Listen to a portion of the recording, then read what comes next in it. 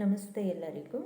Myself Roopa T P, assistant professor in economics.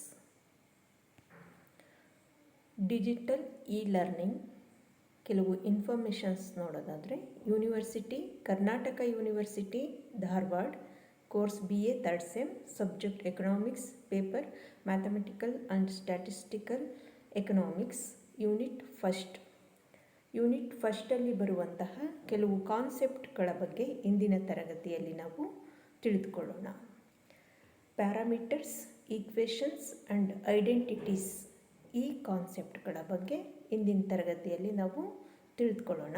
Parameters ಕನ್ನಡದಲ್ಲಿ ಪಾರಾಮಿತಿಗಳು, equations ಸಮೀಕರಣ ಮತ್ತು ಐಡೆಂಟಿಟೀಸ್ ನಿತ್ಯ ಸಮೀಕರಣಗಳು ಅಂತ ಹೇಳ್ತೀವಿ. ಪಾರಾಮಿತಿಗಳು, ಸಮೀಕರಣಗಳು ಮತ್ತು ನಿತ್ಯ ಸಮೀಕರಣಗಳ ಬಗ್ಗೆ ಇಂದಿನ ತರಗತಿಯಲ್ಲಿ ನಾವು ತಿಳಿದುಕೊಳ್ಳೋಣ. ಮೊದಲನೇದಾಗಿ ಪ್ಯಾರಾಮೀಟರ್ಸ್, ಪಾರಾಮಿತಿಗಳು ಅಂದರೆ ಏನು ಅನ್ನೋದನ್ನು ನೋಡೋಣ. Meaning of parameters: a parameter is quantity that influence the output or behaviour of a mathematical object. Parameter ಅಥವಾ ಪಾರಾಮಿತಿ ಅಂದರೆ ಮತ್ತೊಂದು ಮ್ಯಾಥಮೆಟಿಕಲ್ ಆಬ್ಜೆಕ್ಟಿಂದ, ಅಂದರೆ ಮತ್ತೊಂದು ಪರಿಮಾಣಾತ್ಮಕ ಅಂಶದಿಂದ ಪ್ರಭಾವಕ್ಕೆ ಒಳಗಾಗಿ ತನ್ನ ಮೌಲ್ಯವನ್ನು ಬದಲಾಯಿಸಿಕೊಳ್ಳುವಂತಹ ಅಂಶವನ್ನು ನಾವು ಪಾರಾಮಿತಿ ಅಂತ ಕರಿತೀವಿ. But is viewed has being held constant. But ಆದರೆ ಪಾರಾಮಿತಿ ನಮಗೆ ಕಾನ್ಸ್ಟೆಂಟ್ ಥರ ಕಾಣಿಸುತ್ತೆ, ಆದರೆ ಅದು ಕಾನ್ಸ್ಟೆಂಟ್ ಆಗಿರೋದಿಲ್ಲ. ಅದರ ಜೊತೆ ಇರುವಂತಹ ಛಲದೊಂದಿಗೆ ಅದರ ಮೌಲ್ಯವು ಕೂಡ ಬದಲಾಗ್ತಾ ಇರುತ್ತೆ. ಸೊ ಇದನ್ನೇ ನಾವು ಪಾರಾಮಿತಿ ಅಥವಾ ಪ್ಯಾರಾಮೀಟರ್ಸ್ ಅಂತ ಕರಿತೀವಿ. ಸೊ ಪ್ಯಾರಾಮೀಟರ್ಸ್ನ ನಾವು ಕೋಎಫಿಷಿಯೆಂಟ್ ಅಥವಾ ಆರ್ಬಿಟರಿ ಕಾನ್ಸ್ಟ್ಯಾಂಟ್ ಅಂತ ಕೂಡ ಕರಿತೀವಿ. ಫಾರ್ ಎಕ್ಸಾಂಪಲ್, ಇಲ್ಲಿ AX + BY + C = 0 ಎಂಬುವಂತಹ ಈಕ್ವೇಷನ್ನಲ್ಲಿ A ಮತ್ತು B ಎಂಬುವಂಥದ್ದು ಪ್ಯಾರಾಮೀಟರ್ಸ್ ಆಗಿದೆ. A, B ಪ್ಯಾರಾಮೀಟರ್ಸ್ ಆಗಿದೆ. ಯಾಕೆ ಅಂದರೆ A ಮತ್ತು B ಎಂಬುವಂತಹ ಅಂಶಗಳು X ಮತ್ತು Y ಚಲಗಳೊಡನೆ ಸಂಬಂಧ ಹೊಂದಿ ಅವುಗಳ ಪ್ರಭಾವಕ್ಕೆ ಒಳಗಾಗಿ A ಮತ್ತು Bನ ಮೌಲ್ಯವು ಏನಾಗ್ತಾ ಇರುತ್ತೆ, ಬದಲಾಗ್ತಾ ಇರುತ್ತೆ. ಸೊ ಇದನ್ನು ನಾವು ಪ್ಯಾರಾಮೀಟರ್ಸ್ ಅಂತ ಗುರುತಿಸ್ತೀವಿ. ಸೊ ಪ್ಯಾರಾಮೀಟರ್ಸ್ನ ನಾವು ಕಾನ್ಸ್ಟೆಂಟ್ ಆರ್ಬಿಟರಿ ಕಾನ್ಸ್ಟೆಂಟ್ ಅಂತಲೂ ಕೂಡ ಕರಿತೀವಿ.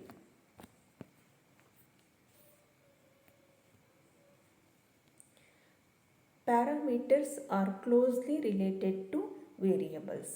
ನಾನು ಆಗಲೇ ಹೇಳಿದೆ, ಪ್ಯಾರಾಮೀಟರ್ಸು ಅಥವಾ ಪಾರಾಮಿತಿಗಳು ಛಲಗಳೊಂದಿಗೆ ನಿಕಟವಾದಂತಹ ಸಂಬಂಧವನ್ನು ಹೊಂದಿರ್ತದೆ.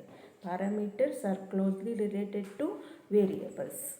ಛಲಗಳೊಡನೆ ನಿಕಟವಾದ ಸಂಬಂಧ ಹೊಂದಿರುತ್ತೆ. ಈಗ ನೋಡಿ, ಈ ಎಕ್ಸಾಂಪಲ್ಲಿ 4x + 2y = 10 ಎಂಬುವಂತಹ ಈಕ್ವೇಷನ್ನಲ್ಲಿ ಪಾರಾಮಿತಿ ಅಥವಾ ಪ್ಯಾರಾಮೀಟರ್ಸು 4 ಮತ್ತು 2. ಸೊ ಇದು 4 ಮತ್ತು 2 ಎಂಬುವಂಥದ್ದು ಪ್ಯಾರಾಮೀಟರ್ಸ್. X ಮತ್ತು Y ಛಲಗಳು. ಸೊ X ಜೊತೆ 4 ನಿಕಟವಾದ ಸಂಬಂಧ ಹೊಂದಿದೆ, 2 ಜೊತೆ Y ನಿಕಟವಾದಂತಹ ಸಂಬಂಧವನ್ನು ಹೊಂದಿದೆ. ಸೊ ಹೀಗೆ ಛಲಗಳೊಡನೆ ಒಂದು ನಿಕಟವಾದಂತಹ ಸಂಬಂಧವನ್ನು ಹೊಂದಿರುವಂತಹ ಕಾನ್ಸ್ಟ್ಯಾಂಟ್ಗಳಿಗೆ ನಾವು ಪ್ಯಾರಾಮೀಟರ್ಸ್ ಅಂತ ಕರಿತೀವಿ. ಸೊ ಈ ಉದಾಹರಣೆಯಲ್ಲಿ ನಾವು 4x + 2y 10ನಲ್ಲಿ ನಮಗೆ ಪಾರಾಮಿತಿ 4 ಮತ್ತು 2 ಆಗಿದೆ.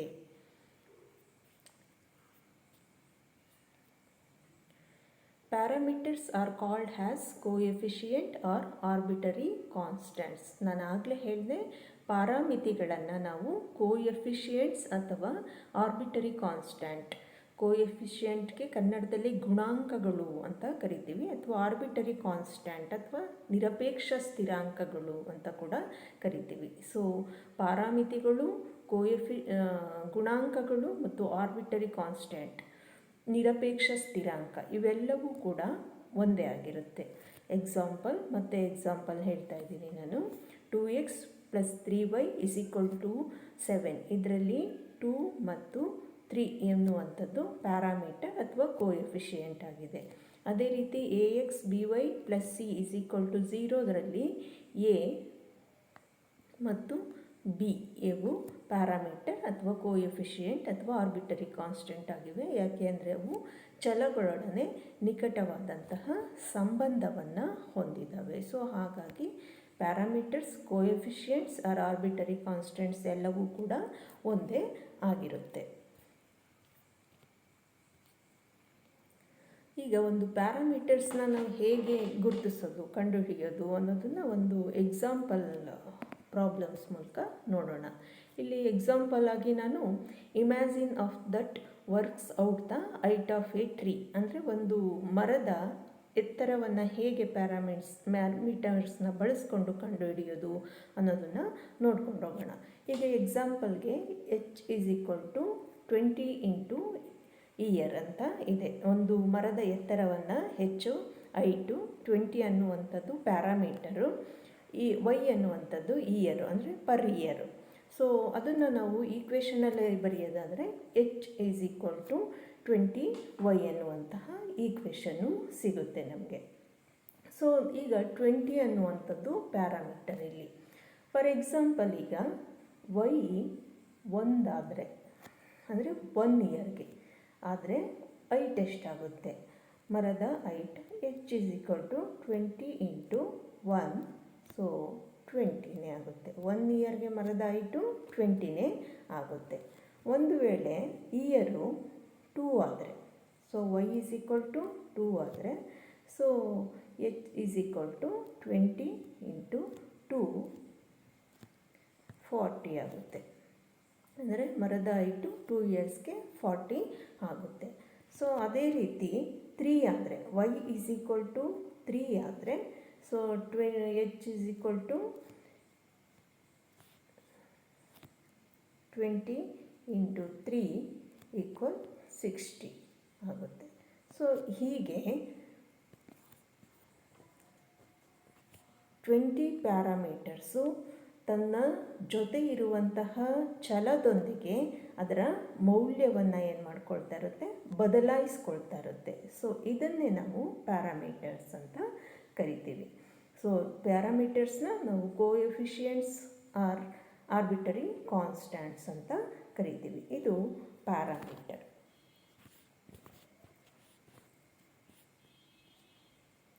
ನಂತರ ಈಗ ನಾವು ಈಕ್ವೇಷನ್ಸ್ನ ನೋಡೋಣ. ಸೊ ಈಕ್ವೇಷನ್ಸ್ಗೆ ಕನ್ನಡದಲ್ಲಿ ನಾವು ಸಮೀಕರಣಗಳು ಅಂತ ಕರಿತೀವಿ.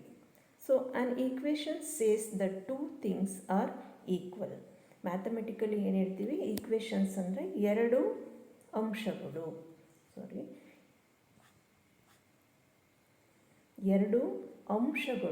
ಸಮವಾಗಿದ್ದರೆ ಅದನ್ನು ನಾವು ಈಕ್ವೇಷನ್ಸ್ ಅಂತ ಕರಿತೀವಿ. ಸೊ ನಿಮಗೆ ಇಲ್ಲಿ ಎಕ್ಸಾಂಪಲ್ 1:3 = 4. ಸೊ ಇಲ್ಲಿ ಎರಡು ಅಂಶಗಳು ಈಕ್ವಲ್ ಆಗಿದ್ದಾವೆ. ಸೊ ಇದನ್ನು ನಾವು ಈಕ್ವೇಷನ್ ಅಥವಾ ಇನ್ನೊಂದು ಎಕ್ಸಾಂಪಲ್ x = y. ಸೊ ಈ ಥರದ್ದು ಈಕ್ವೇಷನ್ಸ್ನ ನಾವು ಅರ್ಥಶಾಸ್ತ್ರದಲ್ಲಿ ತುಂಬ ಬಳಸ್ತೀವಿ. ಸೊ ಎರಡು ಅಂಶಗಳು ಅಥವಾ ಎರಡಕ್ಕಿಂತ ಹೆಚ್ಚಿನ ಛಲಗಳ ನಡುವಿನ ಸಂಬಂಧ ಸಮವಾಗಿದ್ದರೆ, ಎರಡು ಅಥವಾ ಎರಡಕ್ಕಿಂತ ಹೆಚ್ಚಿನ ಛಲಗಳ ನಡುವಿನ ಸಂಬಂಧ ಸಮವಾಗಿದ್ದರೆ ಅದನ್ನು ನಾವೇನಂತೀವಿ, ಸಮೀಕರಣ ಅಥವಾ ಈಕ್ವೇಷನ್ಸ್ ಅಂತ ಕರಿತೀವಿ.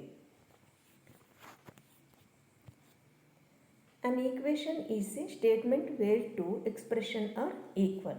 ಸೊ ಆಗಲೇ ಹೇಳಿದಾಗೆ ಈಕ್ವೇಷನ್ ಸ್ಟೇಟ್ಮೆಂಟು ಅದರದ್ದು ಎರಡು ಎಕ್ಸ್ಪ್ರೆಷನ್ಸು ಈಕ್ವಲ್ ಆಗಿರುತ್ತೆ. ಇಲ್ಲಿ ಎಕ್ಸಾಂಪಲ್ಗೆ ನಾನು ನಮ್ಮ ಅರ್ಥಶಾಸ್ತ್ರದಲ್ಲಿ ಬಳಸುವಂತಹ ಈಕ್ವೇಷನ್ಸ್ನ ಹೇಳಿದ್ದೀನಿ. ಸೊ ಇಲ್ಲಿ QD = QS ಎನ್ನುವಂಥದ್ದು ಇದು ಮಾರ್ಕೆಟ್ ಈಕ್ವಲಿಬ್ರಿಯಮ್ದು ಈಕ್ವೇಷನ್ ಆಗಿದೆ. QD = QS ಎನ್ನುವಂಥದ್ದು. ಸೊ QDದು ಈಕ್ವೇಷನ್ನು ಇದೆ A - BP, QS = -C plus D P. So ಇವೆಲ್ಲ ಅರ್ಥಶಾಸ್ತ್ರದಲ್ಲಿ ನಾವು ಬಳಸುವಂತಹ ಈಕ್ವೇಷನ್ಸ್ಗಳಾಗಿದ್ದಾವೆ. ಸೊ ಈ ಥರದ್ದು ನಾನು ಆಗಲೇ ಹೇಳಿದಾಗೆ ಲಾಟ್ ಆಫ್ ಈಕ್ವೇಷನ್ಸ್ನ ನಾವು ಅರ್ಥಶಾಸ್ತ್ರದಲ್ಲಿ ಬಳಸ್ತೀವಿ. ಸೊ ಇಲ್ಲಿ ಒಂದು ಅಂಶವನ್ನು ಗಮನಿಸಬೇಕು. ಈಕ್ವೇಷನ್ಸ್ ಅಂತ ಬಂದಾಗ ಈಕ್ವೇಷನ್ಸು ಕೆಲವು ಸಂದರ್ಭಗಳಲ್ಲಿ, ಅಂದರೆ ಕೆಲವು ನಿರ್ದಿಷ್ಟ ಸಂದರ್ಭಗಳಲ್ಲಿ ಮಾತ್ರ ಸಮವಾಗಿರ್ತವೆ. ಎಲ್ಲ ಸಂದರ್ಭಗಳಲ್ಲೂ ಪರಸ್ಪರ ಸಮವಾಗಿರೋದಿಲ್ಲ. ಸಮೀಕರಣಗಳು ಕೆಲವು ನಿರ್ದಿಷ್ಟ ಸಂದರ್ಭಗಳಲ್ಲಿ ಮಾತ್ರ ಸಮವಾಗಿರ್ತವೆ. ಎಲ್ಲ ಸಂದರ್ಭಗಳಲ್ಲೂ ಈಕ್ವೇಷನ್ಸು ಸಮವಾಗಿರಲ್ಲ. ಫಾರ್ ಎಕ್ಸಾಂಪಲ್, ಇಲ್ಲಿ 7 + x = 10 ಅಂತ ಒಂದು ಈಕ್ವೇಷನ್ ಇದೆ. ಇಲ್ಲಿ ಯಾವಾಗ 7 + x = 10 ಆಗುತ್ತೆ ಅಂದರೆ ಎಕ್ಸ್ನ ಮೌಲ್ಯ 3 ಆದಾಗ ಮಾತ್ರ ಇದು 10ಗೆ ಸಮವಾಗುತ್ತೆ ಈ ಈಕ್ವೇಷನ್ನು. ಒಂದು ವೇಳೆ ಎಕ್ಸ್ನ ಮೌಲ್ಯ 3 ಆಗಲಿಲ್ಲ ಅಂದರೆ ಈ ಈಕ್ವೇಷನ್ನು ಉಂಟಾಗೋದಿಲ್ಲ. ಅದೇ ರೀತಿ 2 + x = 10 ಅಂತ ಇದೆ. ಸೊ ಈ ಈಕ್ವೇಷನ್ನು ಸಮ ಯಾವಾಗ ಆಗುತ್ತೆ ಅಂದರೆ ಎಕ್ಸ್ನ ಮೌಲ್ಯ 8 ಆದಾಗ ಮಾತ್ರ ಈ ಈಕ್ವೇಷನ್ನು 10ಗೆ ಸಮ ಆಗುತ್ತೆ. ಸೊ ಹಾಗಾಗಿ ಈಕ್ವೇಷನ್ಸು ಕೆಲವು ನಿರ್ದಿಷ್ಟ ಸಂದರ್ಭಗಳಲ್ಲಿ ಮಾತ್ರ ಅವು ಪರಸ್ಪರ ಸಮವಾಗಿರ್ತವೆ. ಸೊ ಎಲ್ಲ ಸಂದರ್ಭಗಳಲ್ಲೂ ಇರೋದಿಲ್ಲ. ಈಗ ಅದೇ ರೀತಿ ಇನ್ನೊಂದು ಎಕ್ಸಾಂಪಲು, x + 2 = 10 ಇದೆ. ಒಂದು ವೇಳೆ ಎಕ್ಸ್ನ ಮೌಲ್ಯ 8 ಇದ್ದಾಗ ಮಾತ್ರ ಅದು 10ಗೆ ಸಮವಾಗುತ್ತೆ. ಒಂದು ವೇಳೆ ಎಕ್ಸ್ನ ಮೌಲ್ಯ 6 ಅಂತ ಮಾಡಿದ್ರೆ ಈ ಈಕ್ವೇಷನ್ ಉಂಟಾಗಲ್ಲ, ಸಮ ಆಗಲ್ಲ. ಸೊ ಅದು ಸಮ ಆಗೋದಿಲ್ಲ ಈಕ್ವೇಷನ್ನು. ಹಾಗಾಗಿ ಎಕ್ಸ್ನ ಮೌಲ್ಯ ಯಾವಾಗ ವೇರಿ ಆಗುತ್ತೆ ಆವಾಗ ಮಾತ್ರ ಈಕ್ವೇಷನ್ಸು ಸಮ ಆಗ್ತಾ ಹೋಗ್ತವೆ. ಅಂದರೆ ಒಂದು ನಿರ್ದಿಷ್ಟ, ಈಗ ಇಲ್ಲಿ ನಾವು ಎಕ್ಸ್ನ ಮೌಲ್ಯ 3 ಬರಬೇಕು, ಇಲ್ಲಿ ಎಕ್ಸ್ನ ಮೌಲ್ಯ 8 ಬರಬೇಕು, ಇಲ್ಲಿ ಎಕ್ಸ್ನ ಮೌಲ್ಯ 6 ಬರಬೇಕು, ಇಲ್ಲಿ ಎಕ್ಸ್ನ ಮೌಲ್ಯ 8 ಬರಬೇಕು. ಆವಾಗ ಮಾತ್ರ ಈಕ್ವೇಷನ್ಸು ಉಂಟಾಗ್ತದೆ. ಒಂದು ವೇಳೆ ಎಕ್ಸ್ನ ಮೌಲ್ಯ ಬೇರೆ ಬೇರೆ ಆದರೆ ಈಕ್ವೇಷನ್ಸು ಉಂಟಾಗೋದಿಲ್ಲ. ಹಾಗಾಗಿ ಈಕ್ವೇಷನ್ನು ಕೆಲವು ನಿರ್ದಿಷ್ಟ ಸಂದರ್ಭಗಳಲ್ಲಿ ಮಾತ್ರ ಅವು ಪರಸ್ಪರ ಸಮವಾಗ್ತವೆ ಅನ್ನೋದನ್ನು ನಾವಿಲ್ಲಿ ಗಮನಿಸಬೇಕಾಗ್ತದೆ.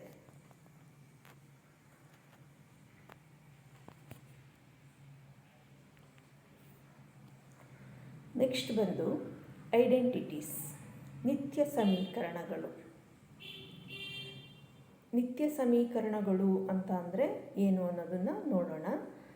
ಇನ್ mathematics an identity is an equality relating one mathematical expression A to another mathematical expression B.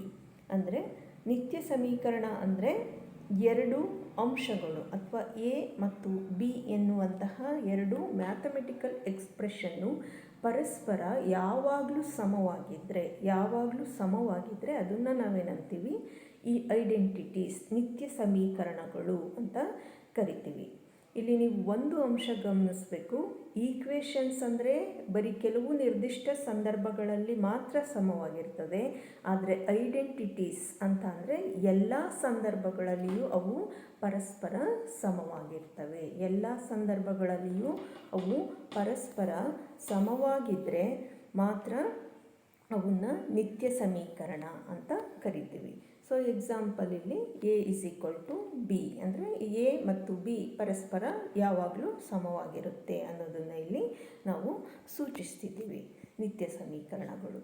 Next, identities are some items sometimes indicated by the triple bar. ಐಡೆಂಟಿಟೀಸ್ನ ನಾವು ಕೆಲವು ವೇಳೆ ಟ್ರಿಪಲ್ ಬಾರಿಂದ ಗುರುತಿಸ್ತೀವಿ. ಸೊ ಐಡೆಂಟಿಟೀಸ್ನ ಟ್ರಿಪಲ್ ಬಾರಿಂದ ಗುರುತಿಸ್ತೀವಿ. ಬಟ್ ಈಕ್ವೇಷನ್ಸ್ನ ಬರೀ 2 ಬಾರಿಂದ ಗುರುತಿಸ್ತೀವಿ. ಐಡೆಂಟಿಟೀಸ್ನ ಟ್ರಿಪಲ್ ಬಾರಿಂದ ಗುರುತಿಸ್ತೀವಿ. ಸೊ ಇಲ್ಲಿ ಎಕ್ಸಾಂಪಲ್ಗೆ ಐಡೆಂಟಿಟೀಸ್ ಹಾಕಿದ್ದೀನಿ. 8y = 4y + 4y. ಸೊ ಇವೆರಡು ಯಾವಾಗಲೂ ಸಮವಾಗಿರ್ತವೆ. ಅಂದರೆ ಇಲ್ಲಿ 8y triple bar 4y + 4y. So ಈ ರೀತಿ ಬರಿಬೋದು. ಟ್ರಿಪಲ್ ಬಾರ್ ಯೂಸ್ ಮಾಡಿ ನಾವು ಬರಿಬೋದಾಗಿರುತ್ತೆ. ಅದೇ ರೀತಿ ನಾವು ಇದು ಮ್ಯಾಥಮೆಟಿಕಲಿ ಐಡೆಂಟಿಟೀಸ್ ಆಯಿತು.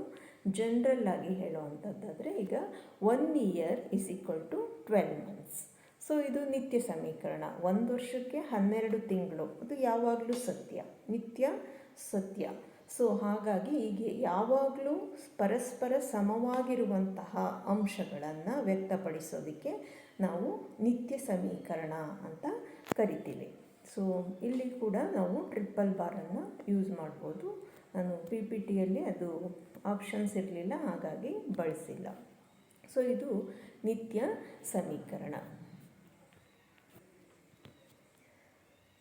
Next, the two sides of an identity are interchangeable, so we can replace one with the other at any time. So ಇಲ್ಲಿ ನಿತ್ಯ ಸಮೀಕರಣದಲ್ಲಿ ಪರಸ್ಪರ ಅವು ಸಮವಾಗಿರೋದ್ರಿಂದ ಎರಡೂ ಸೈಡು ಅದನ್ನು ನಾವು ಇಂಟರ್ಚೇಂಜ್ ಮಾಡ್ಬೋದು. ಸೊ ಇಲ್ಲಿ ನೋಡಿ, ಫಾರ್ ಎಕ್ಸಾಂಪಲ್ 2 + 1 = 1 + 5 ಇವು ಯಾವಾಗಲೂ ಪರಸ್ಪರ ಸಮವಾಗಿರ್ತವೆ. ನಾವು 2 + 1 ಈ ಸೈಡ್ ಬರೆದು 1 + 5 ಈ ಸೈಡ್ ಬರೆದ್ರೂ ನಮಗೆ ಏನು ಚೇಂಜಸ್ ಆಗೋದಿಲ್ಲ. ಸೊ ಇಂಟರ್ಚೇಂಜಬಲ್ ಮಾಡಿದರೂ ಕೂಡ ಅದರದ್ದು ವ್ಯಾಲ್ಯೂ ಸೇಮ್ ಇರುತ್ತೆ. ಸೊ ಹಾಗಾಗಿ ಅವು ಪರಸ್ಪರ ಯಾವಾಗಲೂ ಸಮವಾಗಿರ್ತವೆ ಅನ್ನೋದನ್ನು ನಾವಿಲ್ಲಿ ನೋಡ್ತಾ ಇದ್ದೀವಿ. ಸೊ ಅದೇ ರೀತಿ ಇಲ್ಲಿ 1 week = 7 days ಅನ್ನುವಂಥದ್ದು ಒಂದು ಐಡೆಂಟಿಟೀಸ್ಗೆ ಎಕ್ಸಾಂಪಲ್ ಆಗುತ್ತೆ. ಸೊ ಇದನ್ನು ಕೂಡ ಅಷ್ಟೇ, 1 week ಈ ಕಡೆ ಬರೆದು 7 days ಈ ಕಡೆ ಬರೆದ್ರೂ ನಮಗೆ ಯಾವುದೇ ರೀತಿಯ ವ್ಯತ್ಯಾಸ ಆಗೋದಿಲ್ಲ. ಅವೆರಡು ಪರಸ್ಪರ ಈಕ್ವಲ್ ಆಗಿರ್ತದೆ. ಅದನ್ನೇ ಇಲ್ಲಿ ಹೇಳ್ತಾ ಇರೋದು, ನಾವು ಇಂಟರ್ಚೇಂಜಬಲ್ ಮಾಡಿದ್ರು ಅದರದ್ದು ವ್ಯಾಲ್ಯೂ ಸೇಮ್ ಇರುತ್ತೆ. ಅದನ್ನು ಎನಿ ಟೈಮ್ ಅದೇ ರೀತಿ ನಾವು ಬರಿಬೋದು. ಎಲ್ಲ ಸಮಯದಲ್ಲೂ ಅವುಗಳ ವ್ಯಾಲ್ಯೂ ಅಥವಾ ಅವುಗಳ ಮೌಲ್ಯ ಪರಸ್ಪರ ಸಮವಾಗಿರ್ತವೆ. ಸೊ ಅದನ್ನೇ ನಾವು ಐಡೆಂಟಿಟೀಸ್ ಅಂತ ಗುರುತಿಸ್ತೀವಿ. ಸೊ ನಾವು ಇಲ್ಲಿ ಎಕನಾಮಿಕ್ ಐಡೆಂಟಿಟೀಸ್ನ ಎಕ್ಸಾಂಪಲ್ ತಗೊಳ್ಳೋದಾದರೆ, ಅಂದರೆ ಆರ್ಥಿಕ ನಿತ್ಯ ಸಮೀಕರಣಗಳು, ಅಂದರೆ ಆರ್ಥಿಕ ಯಾವಾಗಲೂ ಸರ್ವಕಾಲಿಕ ಸತ್ಯವಾದಂತಹ ಕೆಲವೊಂದು ಸಮೀಕರಣಗಳನ್ನು ನಾವು ನೋಡೋದಾದರೆ, ಎಕ್ಸಾಂಪಲ್ಗೆ ನಾನಿಲ್ಲಿ y = c + s ಅನ್ನು ತಗೊಂಡಿದ್ದೀನಿ. y ಅಂದರೆ ನಮಗೆ ಗೊತ್ತಿದೆ, ಇನ್ಕಮ್ = c + s. ಸೊ ಆದಾಯ ನಮಗೆ ಯಾವಾಗ ಸಿಗ್ಬಿಡುತ್ತೆ? ಅನುಭೋಗ ಪ್ಲಸ್ ಉಳಿತಾಯ, ಅನುಭೋಗದ ವೆಚ್ಚ ಮತ್ತು ಉಳಿತಾಯ ಎರಡನ್ನು ಕೂಡಿಸಿದ್ರೆ ಸಿಗುವಂಥದ್ದೇ ನಮಗೆ ಆದಾಯ. ಇದು ಎಲ್ಲ ಕಾಲಕ್ಕೂ ಸತ್ಯ. ಸೊ ಇದು ಒಂದು ನಿತ್ಯ ಸಮೀಕರಣಕ್ಕೆ ಉದಾಹರಣೆ. ಅದೇ ರೀತಿ ಎಸ್ ಎಂಬುವಂಥದ್ದು, ಅಂದರೆ s = y - c ಎಂಬುವಂಥದ್ದು ನಿತ್ಯ ಸಮೀಕರಣಕ್ಕೆ. ಎಸ್ ಉಳಿತಾಯವನ್ನು ಸೂಚಿಸಿದರೆ, y ಹೀಲ್ಡ್ ಆದಾಯ, -c ಕನ್ಸಂಪ್ಷನ್. ಸೊ ಆದಾಯದಲ್ಲಿ ನಮಗೆ ಅನುಭೋಗವನ್ನು ಕಳೆದ್ರೆ, ಕನ್ಸಂಪ್ಷನನ್ನು ಕಳೆದ್ರೆ ಉಳಿಯುವಂಥದ್ದೇ ಸೇವಿಂಗ್ಸ್, ಉಳಿತಾಯ ಆಗಿರುತ್ತೆ. ಇದು ಯಾವ ಎಲ್ಲ ಕಾಲಕ್ಕೂ ಸತ್ಯ ಆಗಿರ್ತದೆ. ಸೊ ಇದು ಕೂಡ ಒಂದು ನಿತ್ಯ ಸಮೀಕರಣ. ಅದೇ ರೀತಿ ಕನ್ಸಂಪ್ಷನ್ ಅನ್ನು ಕಂಡುಹಿಡಿಯಬೇಕಂದಾಗ, consumption = y - s yield - savings. So ಅನುಭೋಗವನ್ನು ಗೊತ್ತಾಗಬೇಕು ಅಂದರೆ ನಮಗೆ ಬಂದಂತಹ ಆದಾಯದಲ್ಲಿ ಉಳಿತಾಯವನ್ನು ಕಳೆದುಬಿಟ್ರೆ ಉಳಿಯುವಂಥದ್ದೆಲ್ಲ ಕನ್ಸಂಪ್ಷನ್. ಸೊ ಹೀಗೆ ಇವು ಪರಸ್ಪರ ಸಮವಾಗಿರ್ತವೆ. ಇದನ್ನೇ ನಾವು ನಿತ್ಯ ಸಮೀಕರಣಗಳು ಅಂತ ಕರಿತೀವಿ. ಇದೇ ರೀತಿ ಅರ್ಥಶಾಸ್ತ್ರದಲ್ಲಿ ಇನ್ನೂ ಬೇರೆ ಬೇರೆ ಐಡೆಂಟಿಟೀಸ್ ಇದ್ದಾವೆ. ನಾನು ಎಕ್ಸಾಂಪಲ್ಗೆ ಇದನ್ನು ತಗೊಂಡಿದ್ದೀನಿ.